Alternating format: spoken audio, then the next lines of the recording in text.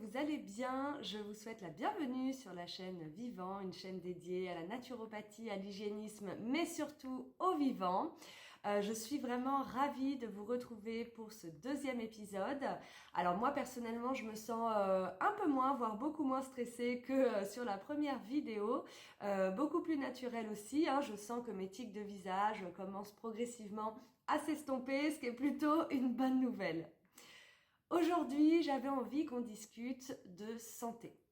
Santé par rapport à ce qu'elle représente pour vous, quelle est la dimension qu'elle a, qu'est-ce que vous y mettez derrière, comment est-ce que vous souhaitez la préserver et surtout comment est-ce que vous avez envie d'être accompagné par rapport à la santé. Alors au début de mes apprentissages, j'ai découvert les 5 piliers fondateurs de la naturopathie que je souhaite véritablement vous présenter aujourd'hui puisque ils ont considérablement élargi mon champ de vision par rapport à la santé. Et grâce à ça, j'ai compris ce qui était important pour moi et comment est-ce que j'avais envie, moi, de la préserver, cette santé, et surtout d'être accompagnée. Alors le premier principe que j'avais envie d'aborder avec vous, c'est celui du vitalisme.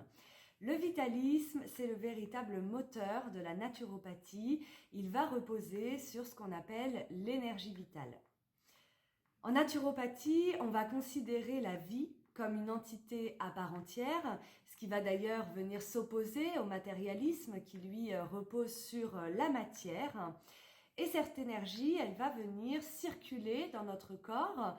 Elle est d'ailleurs en réserve dans notre corps, au niveau principalement des reins, mais on va en retrouver aussi un peu au niveau des muscles. Et elle va venir alimenter notre corps physique, lui permettre tout simplement de fonctionner. Alors on lui donne le nom de prana en Inde, vous avez peut-être déjà entendu parler de ça. Elle porte également le nom de Qi en médecine traditionnelle chinoise. On va l'appeler le Qi au Japon. Et cette énergie, elle va se manifester sous la forme de nos énergies glandulaires, donc c'est-à-dire tout ce qui va avoir un lien avec notre système hormonal, mais également nos énergies nerveuses. La naturopathie, elle vise à préserver, à prendre soin, à renforcer cette énergie vitale pour nous permettre de nous maintenir en santé. Alors le deuxième principe que j'ai envie d'aborder avec vous aujourd'hui, c'est celui du causalisme.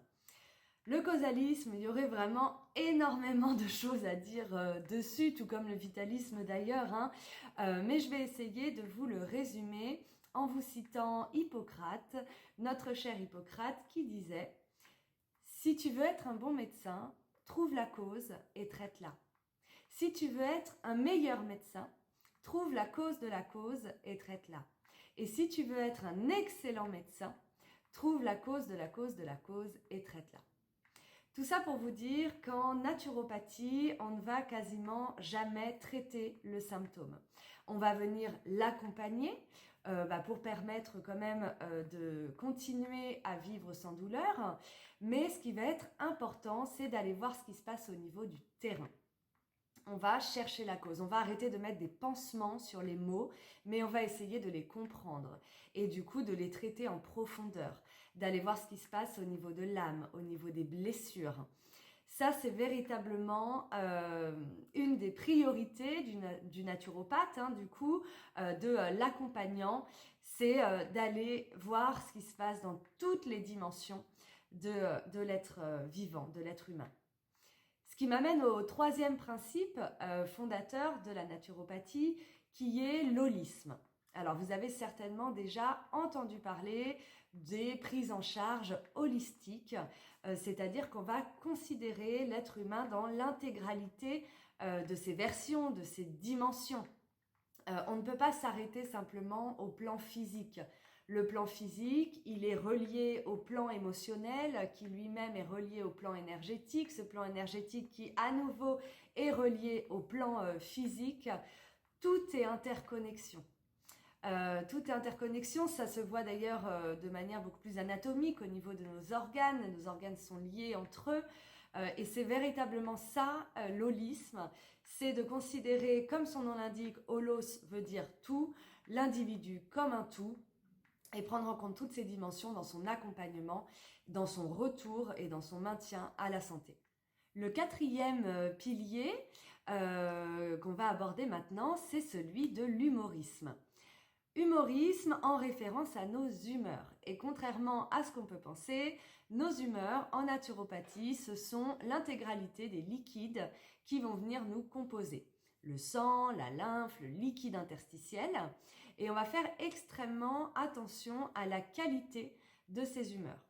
Pourquoi? Parce qu'on considère que si toutefois nos humeurs sont surchargées par des toxines, qu'elles soient endogènes ou exogènes, alors dans ce cas, on n'a plus la capacité d'assurer l'intégralité de nos fonctions vitales, ce qui peut considérablement entacher le maintien et le retour à la santé. Alors ces 4 piliers, ils ne peuvent fonctionner sans le cinquième, ce 5e fondement qui est celui de l'individualisation.